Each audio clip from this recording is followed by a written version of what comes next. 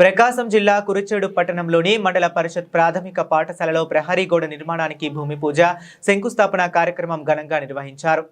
ఈ కార్యక్రమంలో Darsi Telugu Desam party in charge doctor Gottipati Lakshmi, doctor Kadiyala Lalit Sagar, Darsi వ్యవసాయ మార్కెట్ కమిటీ చైర్మన్ దారం నాగవేణి, సుబ్బారావు పాల్గొని భూమి పూజ నిర్వహించి కొబ్బరికాయ కొట్టి పనులను ప్రారంభించారు. ఈ సందర్భంగా పాఠశాల అభివృద్ధికి ప్రహరీ గోడ నిర్మాణం ఎంతగానో ఉపయోగపడుతుందని, విద్యార్థుల భద్రతతో పాటు పాఠశాల వాతావరణాన్ని మరింత మెరుగుపరుస్తుందని నాయకులు పేర్కొన్నారు.